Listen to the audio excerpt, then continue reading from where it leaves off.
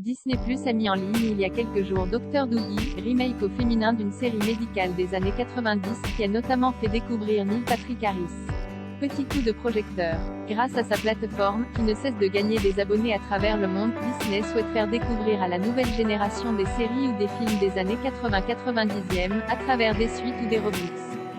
Après le récent Turner et Hooch, c'est au tour de Dr Doogie de renaître de ses cendres, mais cette fois dans un remake au féminin porté par la jeune Peyton Elizabeth Lee, société secrète de la royauté. Dr Neil Patrick Harris à votre secours. Peu connu en France mais véritablement culte de l'autre côté de l'Atlantique, cette série diffusée entre 1989 et 1993 sur ABC raconte l'histoire d'un adolescent surdoué, Doogie, diplômé en médecine à 14 ans seulement.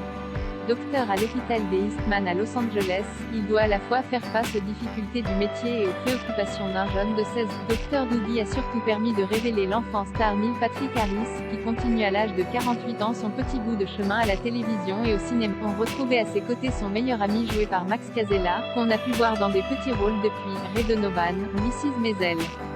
Dr Doogie est l'une des premières créations de Kelly, Ali McBeal, The Practice, qui s'était illustrée auparavant, toujours avec Steven Bochco, dans la loi de Los Angeles.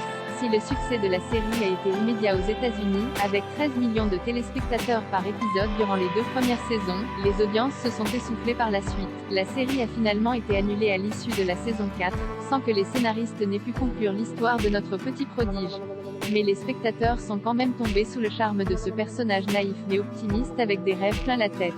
De Doogie à How I Met Your Mother, Neil Patrick Harris n'a en tout cas pas oublié la série qui lui a permis d'être célèbre. Il lui rend même hommage dans How I Met Your Mother, où il joue l'iconique et inoubliable Barney Stinson. Dans l'épisode 14 de la saison 3, La folie des finales, on peut par exemple entendre en fond la musique du générique. Rebelote dans le 4x15 où son personnage va même jusqu'à lancer la réplique suivante, clin d'œil à sa propre carrière. Prenez-moi pour un fou mais j'ai le sentiment que les acteurs enfants étaient bien meilleurs dans les années 80. Dr Doogie n'est malheureusement pas disponible légalement en France sur une plateforme mais on espère que Disney+ en rachètera les droits dans l'Hexagone pour que tout le monde puisse la binge-watcher.